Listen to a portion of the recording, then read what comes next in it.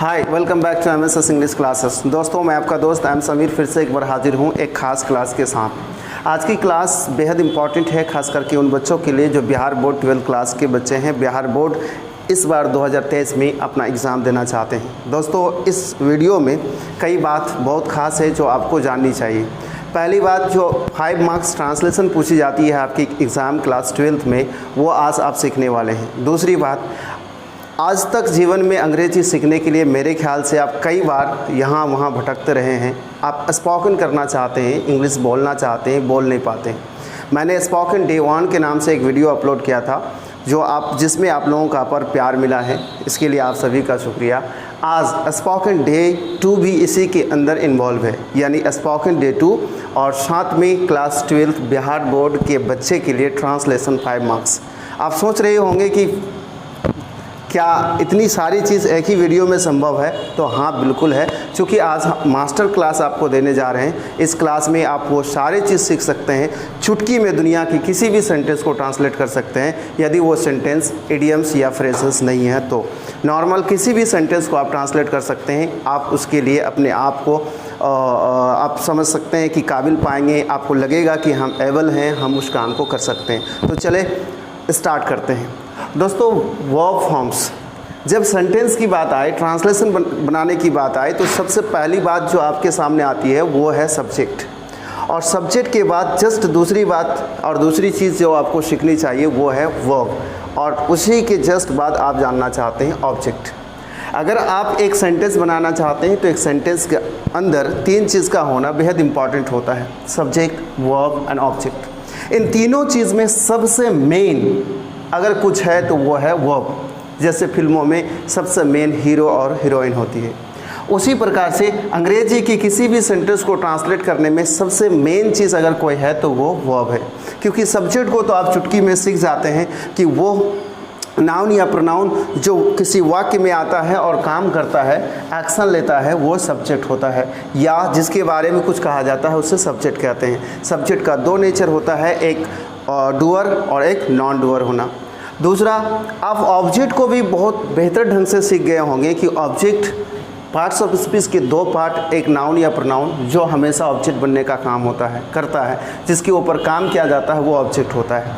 Main समस्या है हमारा वर्ब में, कब इज़, कब एम, कब आर, कब क्या, वर्ब के कौन फॉर्म्स बहुत टेंशन देती है ये वर्ब। तो चले इसी वर्ब को आज समझते हैं। और मैं समझता हूँ कि आज की क्लास अगर आपने शुरू से अंत तक देखी और अंग्रेजी नहीं सीख पाया तो मैं जीवन में पढ़ाना छोड़ दूँगा। इस बात को आप नोट कर लीजिए। हाँ, इस क्लास को अगर आप देख रहे हैं तो आपसे एक ही विनती है कि आप नोटबुक लेके बैठे, कलम और कॉपी लेके बैठे, एक एक चीज़ को लिखने की प्रयास करें। दोस्तों, वर्ब फॉर्म्स की बात करते हैं तो वर्ब फॉर्म्स की सबसे पहली जो फॉर्म है उसे हम कहते हैं बेस फॉर्म। बेस फॉर्म जो है बिल्कुल वर्ब ऑन यानी प्रेजेंट फॉर्म जैसा दिखता है। इसलिए ये देखिए वर्ब ऑन लिखा हुआ है, यहाँ पे भी वर्ब ऑन, दोनों को सेम समझने की भूल नहीं कीजिएगा। ये वर्ब ऑन प्रेजेंट फॉर्म होता है, यानी प्रेजेंट टाइम को रिप्रेजेंट करता है। लेकिन ये जो वर्ब ऑन है ये हमारा इन्फिनेटिव है। इन्फिनेटिव का मतलब क्या है वो आपको जस्ट समझ में आएगा, लेकिन उससे पहले आप ये समझ लीजिए कि इन्फिनेटिव 2 प्रकार का होता है। एक फुल इन्फिनेटिव जो 2 प्लस वर्ब ऑन कहलाता है, और दूसरा बैर इन्फिनेटिव जो केवल वर्ब ऑन कहलाता है। बैर के मतलब होता है नंगा यानी खाली, यानी यहाँ पे 2 नहीं है, खाली, यानी कि आप कह सकते हैं ओनली वर्ब ऑन। ना, ने, नी। दोस्तों, अब पहली बार एमएसएस अपनी टीचिंग इतिहास में पहली बार सिंबल लिखा है, पहचान लिखा है। तातेती मैंने कभी नहीं लिखा, पहली बार लिखा है। और आप तातेती रहा है रही है कि चक्कर में जीवन भर अपनी इंग्लिश को सीख नहीं पा रहे हैं, ज़िंदगी बिता दिए। आज पहली बार मैं आपको तातेती लिख कर पढ़ाना चाहता हूँ, आपकी नज़रिया बदलना चाहता हूँ कि अगर तातेती रहा है रही है कि मदद से भी पढ़ना चाहते हैं तो वो तरीका बिल्कुल सही नहीं है, कतई सही नहीं है जिससे आप अभी तक पढ़ रहे हैं। तो फिर कौन सी तरीका सही है, चले देखते हैं। तो अगर किसी शब्द के अंत में ना या ने या नी लगा हुआ हो, कब वाक्य में प्रयोग हुई शब्द, जिन शब्दों का वाक्य में प्रयोग हुआ है उसमें से कोई शब्द क्रिया है और उस शब्द के अंत में क्या लगा हुआ है, ना या ने या नी, तो आपको क्या लगाना है, टू प्लस वर्ब ऑन, या तो लगाना है वर्ब ऑन। अब यहीं पे समस्या खड़ा हो जाती है कि कौन वाला, टू प्लस वर्ब ऑन लगाए या केवल वर्ब ऑन। तो वर्ब ऑन जो है, ओनली वर्ब ऑन, इसकी कॉन्सेप्ट को देखिए। अगर पॉजिटिव वर्ब लेट, ध्यान दीजिएगा, पहले से लेट का प्रयोग हो गया हो, या मॉडल वर्ब का प्रयोग हो गया हो, या इम्पेरेटिव सेंटेंस बनाना हो, ध्यान दीजिएगा, इम्पेरेटिव सेंटेंस बनाना हो, या लेट का प्रयोग ऑलरेडी हो चुका हो, या मॉडल वर्ब का प्रयोग पहले से हो चुका हो, तो इसके बाद आने वाला बेयर इन्फिनिटिव होता है only verb one, bare infinitive. इससे हम लोग क्या कहते हैं, बेयर इन्फिनिटिव कहते हैं। तो केवल क्या होगा, बेयर इन्फिनिटिव होगा, यानी verb on. Can, could, may, might, shall, should, जितने भी आपके मॉडल वर्ब्स हैं उनके बाद हमेशा वर्ब का फर्स्ट फॉर्म का प्रयोग किया जाता है। याद रखिएगा, वो प्रेजेंट फॉर्म नहीं होता है, वो बेस फॉर्म होता है, अर्थात बेयर इन्फिनिटिव होता है। और लेट के बाद, जैसे आपने कहा let me go, let me sleep, let me do something like this, जब आप ऐसे कहते हैं तो फिर लेट के बाद आने वाली जो वर्ब होती है जिसमें आप वर्ब ऑन का प्रयोग करते हैं, वो भी बेस फॉर्म होती है, ना कि आपका प्रेजेंट फॉर्म।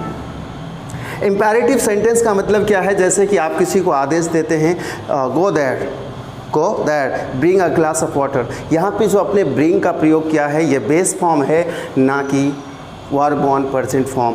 अगर आप प्रेजेंट फॉर्म की बात करेंगे तो उस वाक्य जहाँ पे आपको प्रेजेंट फॉर्म लगानी है, यानी वर्ब ऑन लगानी है, वहाँ क्या होना चाहिए, ता है, ती है, ता हूँ। अगर ता है, ती है, ता हूँ या ते हैं, ऐसा शब्द आपको अगर मिल जाए किसी वाक्य में, यानी क्रिया ध्यान दीजिएगा, क्रिया प्लस ताते थी, क्रिया प्लस ताते थी और साथ में है, यानी प्रेजेंट टाइम को शो करती हो, तो आपको लगाना है क्रिया यानी वर्ब के फर्स्ट फॉर्म। अगला है पास्ट फॉर्म। पास्ट फॉर्म के मतलब जिस वाक्य के, जिस क्रिया के अंत में गया, गई, या लिखा, लिखी, या गया था, गई थी, गया था या गई थी आपको लिखा हुआ रहे, यानी पास्ट टाइम दिखाए, तो आपको लगाना है वर्ब टू। वर्ब थ्री का मतलब क्या है, ये परफेक्ट एक्शन होता है, अर्थात फिनिश्ड एक्शन। फिनिश्ड एक्शन के मतलब वो एक्शन, वो क्रिया जो कम्प्लीटली यानी कि पूर्ण रूप से पूरा हो चुका हो, तो वहाँ पे आपको लगाना है वर्ब थ्री। ध्यान दीजिएगा, हिंदी में क्या लिखे हैं, चुका, चुकी। हमने चुका है नहीं लिखा, चुका था नहीं लिखा, चुका होगा नहीं लिखा। क्यों? क्योंकि वर्ब थ्री के पास अपना कोई टाइम नहीं है, और टाइम नहीं होने के कारण ये हमारा नॉन फाइनाइट वर्ब है। फाइनाइट वर्ब और नॉन फाइनाइट वर्ब किससे कहते हैं, उस पर एक वीडियो में हमने पहले ही अपलोड की है, आप उस वीडियो को ज़रूर देखें। तो ये हमारा नॉन फाइनाइट वर्ब है। यहाँ पे देखिए रहा, रही, अगर किसी क्रिया में रहा, रही लग जाए, यानी कोई काम कंटिन्यूअस है ऐसा बताया जाए, तो वहाँ पे आपको वर्ब फोर लगानी है। ध्यान दीजिएगा, ये भी हमारा नॉन फाइनाइट वर्ब है, और इस नॉन फाइनाइट वर्ब में भी एक्शन है लेकिन टाइम नहीं है। वो क्रिया जिसमें एक्शन हो, टाइम ना हो, वो नॉन फाइनाइट हो जाता है। जिसमें ओनली टाइम हो, एक्शन ना हो, वो हेल्पिंग वर्ब हो जाता है। जिसमें टाइम भी हो और एक्शन भी हो, दोनों चीज़ हो, वो मेन वर्ब हो जाती है। आइए अगला देखिए, ये वर्ब फाइव। तो वर्ब फाइव ये प्रेजेंट टाइम को रिप्रेजेंट करता है। इसमें ता है, ती है, यानी कि ये सिंगुलर होता है। ये दोनों में कोई फ़र्क नहीं है, कि सिर्फ इतना फ़र्क है कि ये हमारा प्लूरल है, ये हमारा सिंगुलर है। इसके अलावा दोनों में कोई फ़र्क नहीं है। यहाँ फ्यूचर टाइम, दोस्तों मॉडल वर्ब में से एक ऐसी मॉडल वर्ब जिसको विल कहते हैं, इसका प्रयोग किया जाता है फ्यूचर टाइम को रिप्रेजेंट करने के लिए। यहाँ पे विल फ्यूचर फॉर्म है, यानी कि फ्यूचर टाइम को दिखाता है। ये मेन वर्ब है ही नहीं, तो आप इसको समझाने के लिए हमने यहाँ फ्यूचर फॉर्म लिख दिया है। एक्चुअल में टेंस दो ही है, ये हमने पहले किसी एक वीडियो में बात की है, आप उसको जाके देख सकते हैं। ये हमारा बेयर इन्फिनिटिव है, जो बेस फॉर्म है। क्या है? बेस फॉर्म है। आपको पता है कि फुल इन्फिनिटिव हो या बेयर इन्फिनिटिव हो, वो बेस फॉर्म होता है। अब आइए, किसी भी सेंटेंस को अगर बनाना चाहते हैं तो आप चुटकी में कैसे बना सकते हैं। आपको जो कॉन्सेप्ट हम देने वाले हैं वो क्या है, लेकिन उससे पहले कुछ बात और सुननी है। देखिए ये वर्ब ऑन जो है दोस्त, ये वर्ब ऑन, इसमें अगर सेंटेंस जहाँ प्रेजेंट फॉर्म ताते ती वाली बात करते हैं, जैसे मैं वहाँ नहीं जाता हूँ, यहाँ पे आप प्रेजेंट टाइम की बात कर रहे हैं, ता आ रहा है, मैं वहाँ नहीं जाता हूँ, सेंटेंस नेगेटिव है, तो एक हेल्पिंग वर्ब चाहिए, तो आपको हेल्पिंग वर्ब क्या लेनी है? डू। अगर आप पास्ट में मैं वहाँ नहीं गया था, यानी कि पास्ट टाइम की बात कर रहे हैं, तो यहाँ पे आपको हेल्पिंग वर्ब के रूप में क्या मिलेगा, डिड, या फिर इंटरोगेटिव सेंटेंस होगा तो डिड, यहाँ पे भी इंटरोगेटिव सेंटेंस होगा तो डिड। ये देखिए केवल एक्शन दिखाता है, टाइम दिखाने के लिए एक हेल्पिंग वर्ब चाहिए तो आप हैव या हैज़ ले सकते हैं। ये हमारा प्रेजेंट टाइम को दिखाता है यानी पीटी। अगर आप हैड लेंगे तो ये क्या दिखाएगा, पास्ट टाइम को दिखाएगा यानी पास्ट और टी। और यहाँ पे अगर आप विल हैव लेंगे तो विल हैव किसको दिखाएगा, तो ये फ्यूचर टाइम को दिखाएगा। किसको दिखाएगा, फ्यूचर टाइम को। यहाँ पे अगर आपको टाइम दिखा यानी कि देखिए ये केवल एक्शन दिखा रहा है, टाइम दिखाना है तो इज़ या एम या आर लगाना है तो ये क्या दिखाएगा, पीटी यानी past time, sorry present time. अगर आप वाज या वार लेते हैं तो ये क्या दिखाएगा, ये आपका दिखाएगा पास्ट टाइम, पास्ट टाइम। और अगर आप विल भी लेते हैं तो ये दिखाएगा आपका फ्यूचर टाइम। क्या दिखाएगा, फ्यूचर टाइम यानी एफ टी। इसके साथ आप हेल्पिंग वर्ब अगर लेना चाहते हैं तो क्या आएगा, डज। और इसके साथ विल खुद एक एक्सिलरी वर्ब का काम करता है, इसलिए इसके साथ कोई हेल्पिंग वर्ब की आवश्यकता नहीं है और खुद हेल्पिंग वर्ब के रूप में काम करता है।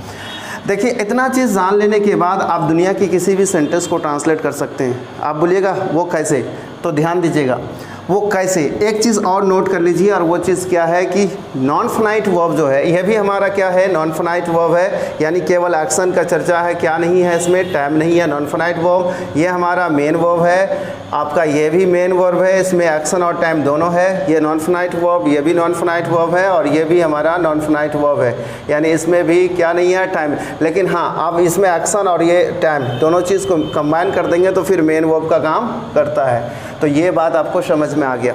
आइए अब हम किसी भी सेंटेंस को सॉल्व करेंगे यानी कि ट्रांसलेट करेंगे, उससे पहले कॉन्सेप्ट को समझते हैं। कॉन्सेप्ट क्या है, non finite verb can't be used just after subject. आप सब्जेक्ट के तुरंत बाद किसका प्रयोग नहीं कर सकते हैं, नॉन फाइनाइट वर्ब का प्रयोग नहीं कर सकते हैं, कतई नहीं। सब्जेक्ट के तुरंत बाद आपको एक मेन वर्ब चाहिए ही चाहिए। अगर आप मेन वर्ब दे तो डायरेक्ट एक मेन वर्ब हो सकता है या helping verb plus main verb हो सकता है, लेकिन अगर आप नॉन फाइनाइट वर्ब का प्रयोग करेंगे तो कतई नहीं होगा। चलिए एक सेंटेंस देखते हैं, कोई भी एक सेंटेंस लीजिए। जैसे एक सेंटेंस ले लिए, वह यहाँ आने वाली है, वह यहाँ आने वाली है। एक सेंटेंस है, वह यहाँ आने वाली है। इसका कोई रूल और किसी नियम को रट्टा नहीं लगाना है, इसको ट्रांसलेट करना है। कैसे ट्रांसलेट कर सकते हैं समझिए। सबसे पहला इसका सब्जेक्ट खोजिए, सब्जेक्ट कौन है, वह। अच्छा, इसमें अगर आप क्रिया खोजेंगे, एक्शन खोजेंगे तो क्या मिलेगा आपको, आने। अच्छा, अगर ये आने देखें तो देखो आना में ना लगा हुआ है, नाने नहीं। इसके मतलब है कि इसमें फुल इन्फिनेटिव आएगा, to plus verb one. Let अगर आता, मॉडल वर्ब अगर होता या इंपेरेटिव सेंटेंस होता तो हमें क्या लगाना था, ओनली वर्ब ऑन। लेकिन ऐसा कुछ नहीं है तो यहाँ पे आएगा फुल इन्फिनेटिव यानी टू प्लस वर्ब ऑन। तो आप सब्जेक्ट हमारा क्या है, वह का आप क्या लगा लगे, शी। आपने सी लगा लिया। आप देखिए ये तो केवल एक्शन दिखा रहा है ना, केवल एक्शन दिखा रहा है, तो इसके साथ क्या आप हेल्पिंग वर्ब लगाएंगे, नहीं। इसके साथ हेल्पिंग वर्ब नहीं लगा सकते हैं क्योंकि ये हमारा नॉन फाइनाइट वर्ब है। नॉन फाइनाइट को अपने पहले एक मेन वर्ब चाहिए, तो यहाँ पे मेन वर्ब होगा। कौन मेन वर्ब होगा, तो देखो अगर आना को हम घेर ले तो क्या बचेगा, वह यहाँ वाली है, वह यहाँ वाली है। ध्यान दीजिएगा, अगर तुमको कहना हो वो मेरे वाली है तो आप क्या कहते हैं, she is mine, she is mine. वह मेरी वाली है या वो मेरी है तो सी इज़ माइन। उसी प्रकार से आप कह रहे हैं कि वह यहाँ वाली है, यानी यहाँ पे बात सब्जेक्ट के बारे में है। और इससे just concept spoken concept video 1 में, डे 1 में हमने बात की है कि कैसे आपको पता चलेगा कि कहाँ इज़ हमारा होगा, कहाँ हैवज होगा, कहाँ डूडज होगा। आप उस वीडियो को नहीं देखे हैं तो ज़रूर देखें, उसे देखने से आपको पता चल जाएगा कि यहाँ आने वाला क्या है, इज़। अब इज़ के बाद हमारा शब्द है आने, तो आने का इंग्लिश क्या लिखना है, टू कम। क्या लिखना है, टू कम। बाकी आपका कुछ बचा ही नहीं तो सेंटेंस बन के तैयार है, सी इज़ टू कम। चलिए इसको मिटाते हैं और हम लोग एक और सेंटेंस लिखते हैं। कोई भी सेंटेंस इस तरह से ले सकते हैं। आप देखिए दूसरा सेंटेंस लिखिए। जैसे अगर हमने नेक्स्ट सेंटेंस लिया कि वह अंग्रेजी बोल सकती है, वो अंग्रेजी बोल सकती है। अब इसको देखिए, वो अंग्रेजी बोल सकती है, यहाँ पे आया बात क्या, सकती है, और सकने के लिए आप इंग्लिश क्या लगाते हैं, कैन। तो वहाँ का इंग्लिश क्या होगा, सी, और सी के बाद आएगा कैन, उसके बाद आया बोल। लेकिन ये बोल का देखिए यहाँ ना तो ना नैनी है और ना ही तातेती है, ना ही रहा है रही है और ना ही चुका चुकी है। तो आप इसके लिए क्या सोचेंगे, कुछ नहीं सोचना है, कैन आ गया एक मॉडल वर्ब, तो मॉडल वर्ब के बाद आने वाला कौन, क्रिया का कौन फॉर्म है, बेयर इन्फिनिटिव बेस फॉर्म। तो आप क्या लगाओ, वर्ब ऑन, तो क्या हो जाएगा, स्पीक। अरे स्पीक्स कहाँ लगाएंगे, बेस फॉर्म, वर्ब ऑन ना लगाना है, तो आपको क्या लगाना है, speak. She can speak English, she can speak English. आपका सेंटेंस बनकर तैयार है। चलिए हम नेक्स्ट सेंटेंस लेते हैं। कोई भी सेंटेंस लेंगे आप बना लीजिएगा, मुझे उम्मीद है। अगला देखिए, अगर मैं आपसे कहूँ वह अंग्रेजी बोलना चाहती है। देखिए वह अंग्रेजी बोलना चाहती है, यहाँ पे सब्जेक्ट कौन है, सी, तो सी के लिए सी लगा दिए। और पीछे से आप इंग्लिश बनाते हैं तो चाहती है, क्या कह रहे हैं, चाहती है। देखो चाहने में ताती ती लग गया, इसके मतलब आपका सब्जेक्ट अगर सिंगुलर है तो होगा वर्ब 5, सब्जेक्ट प्लूरल है तो वो होगा वर्ब ऑन। तो यहाँ पे क्या है, सब्जेक्ट सिंगुलर है तो वर्ब ऑन। चाहने का इंग्लिश क्या होता है, वांट, उसमें आप वर्ब ऑन 5 करेंगे तो क्या होगा, सी वांट्स। आप देखो बोलना, इस शब्द में क्या लगा हुआ, ना लगा हुआ है तो होगा क्या, फुल इन्फिनिटिव। तो आप क्या लिखेंगे, 2 प्लस स्पीक, है ना, लिखेंगे जी, यानी कि 2 प्लस वर्ब ऑन यानी टू स्पीक। अब बाकी क्या बच गया है, इंग्लिश, यहाँ पे आपने लिख दिया इंग्लिश, कोई दिक्कत। She wants to speak English बन रहा है। दुनिया का कोई भी सेंटेंस बना सकते हैं। देखिए नेक्स्ट, दुनिया का किसी भी सेंटेंस को आप ट्रांसलेट कर सकते हैं अगर आपने इस कॉन्सेप्ट को समझ लिया। नेक्स्ट देखिए क्या कह रहे हैं हम, वह अंग्रेजी बोल रही थी। देखिए वह अंग्रेजी बोल रही थी, यहाँ पे क्रिया कौन है, बोल, और इसमें लगा क्या है, रही। अगर रहा रही लग जाए तो क्या होगा, वर्ब 4, ठीक है, वर्ब 4 लग गया।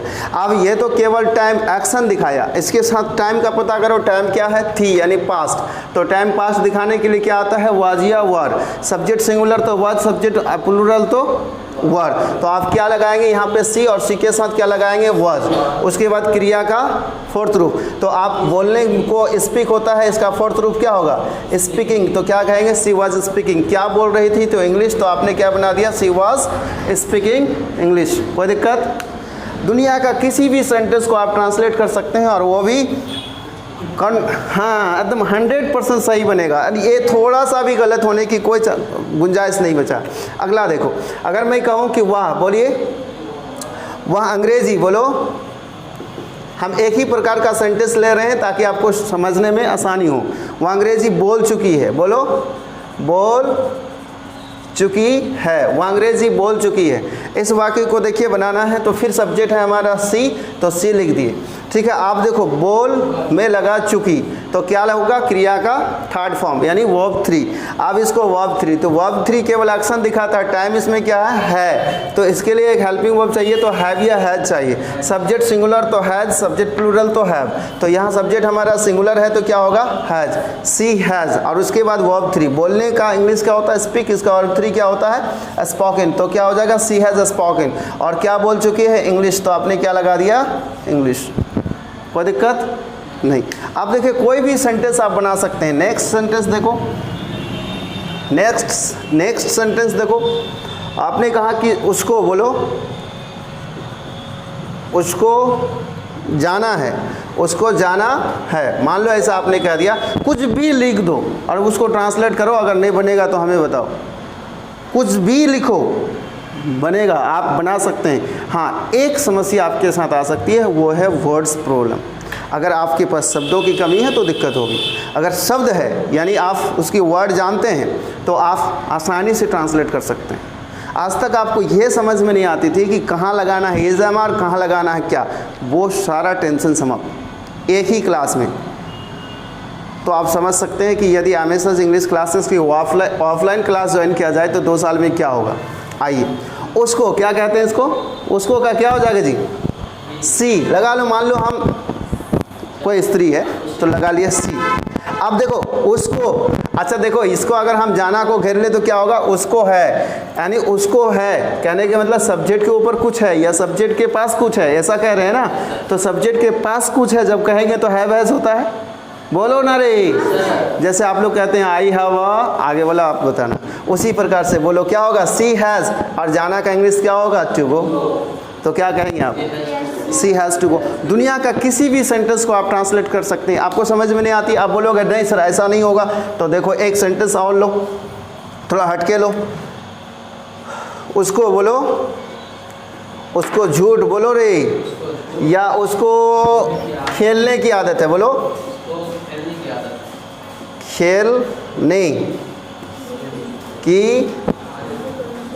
आदत है, उसको खेलने की आदत है। अब देखो खेलने की आदत, इसको अगर हम हटा दें तो क्या उसको है, फिर कह रहे हैं कि उसके पास कुछ है, तो उसके का इंग्लिश क्या हो जाएगा, सी या ही, कुछ भी आप ले सकते हैं, सी लो या ही लो, कोई दिक्कत नहीं, सी या ही। अब देखो है तो क्या आएगा, हैज़, क्या है आदत, तो क्या है, ही हैज़ अ हैबिट, बोलो अ हैबिट। अब की का इंग्लिश क्या होता है, ऑफ, तो आपने लगा दिया ऑफ। अब खेलने, देखो ने लगा हुआ है लगा ना, तो आप क्या लिख दिए, टू प्ले। बोलो सेंटेंस सही हुआ कि गलत हुआ, गलत हुआ, ये सेंटेंस गलत हुआ। आप बोलोगे सर ये कौन मास्टर है यार, आप ही ने कहा है कि ना ने नी लग जाए तो क्या लगेगा, टू प्लस वर्ब वन। तो यहाँ पे हमने तो सेम किया, तो गलत कहाँ, दिक्कत कहाँ, दिक्कत है। देखो बाबू ये क्या है, ऑफ, ये अपने आप में है क्या, या प्रेपोजिशन, गुड, ये क्या है, प्रेपोजिशन। और कपर में खोपड़ी में लिख लो, प्रेपोजिशन के बाद हमेशा क्या आना चाहिए, नाउन, क्या आना चाहिए, या आना चाहिए प्रोनाउन। आपने पढ़ा होगा ना कि प्रेपोजिशन वह शब्द है जिसका प्रयोग किसी नाउन या प्रोनाउन के पहले की जाती है, ऐसा आप पढ़े हैं ना जी, कि प्रेपोजिशन का प्रयोग कहाँ हो सकता है, नाउन या प्रोनाउन के पहले। अभी कहाँ किए हो, क्रिया के पहले, वर्ब के पहले, तो गलत होगा ना जी, हाँ बोलो, गलत होगा ना। तो इसके बाद क्या चाहिए आपको, नाउन, और यहाँ आप नाउन कहाँ से ला के दोगे, तो आपको जेरेंड बनाना है, नहीं किसी भी वर्ब को नाउन का शक्ल देने के लिए आप उसमें क्या लगा सकते हैं, आईएनजी। तो इसमें ठोक दो, इसको हटा दो और लगा दो प्लेइंग। आप जब इसमें आईएनजी लगाएंगे तो प्लेइंग हो जाएगा। ध्यान देना, ना ने नहीं रहने से टू प्लस वर्ब वन ही लगाना, लेकिन अगर उससे पहले प्रेपोजिशन आए तो उसमें आईएनजी लगा देना, जेरेंड बना देना। अब दुनिया की किसी भी सेंटेंस को आप ट्रांसलेट कर सकते हो, करके देखो, नहीं होगा कमेंट करना, फिर मैं उसके लिए कोई एक सॉल्यूशंस, अगर आपके कुछ कमेंट में दम होगा, कुछ वाक्य ऐसे होंगे जो आप रियल में इस कॉन्सेप्ट से नहीं बनेगा, तो मैं उस पर फिर विचार करके आपको नेक्स्ट वीडियो दूंगा। लेकिन उम्मीद कीजिए कि ऐसा कोई वाक्य नहीं होगा जिसको आप ट्रांसलेट नहीं कर सकते। हाँ, इडियम्स एंड फ्रेजेस को छोड़कर कुछ स्टैंडर्ड सेंटेंस है जिसको आप नहीं कर सकते हैं, उसके अलावा आप नॉर्मल किसी भी सेंटेंस को कर सकते हैं। डे 1 और आज है यह डे 2, ये 2 क्लास अगर आपने कम्प्लीटली किया है, पूरा वीडियो शुरू से अंत तक देखा है, मैं आशा करता हूं कि आपका 60% इंग्लिश में इम्प्रूवमेंट आ गया होगा, आप यदि प्रैक्टिस करते होंगे तो, नहीं तो फिर दिक्कत है। तो दोस्तों आज के लिए इतना ही। जय हिंद, जय भारत। फिर मिलेंगे किसी और दिन, किसी और वीडियो में।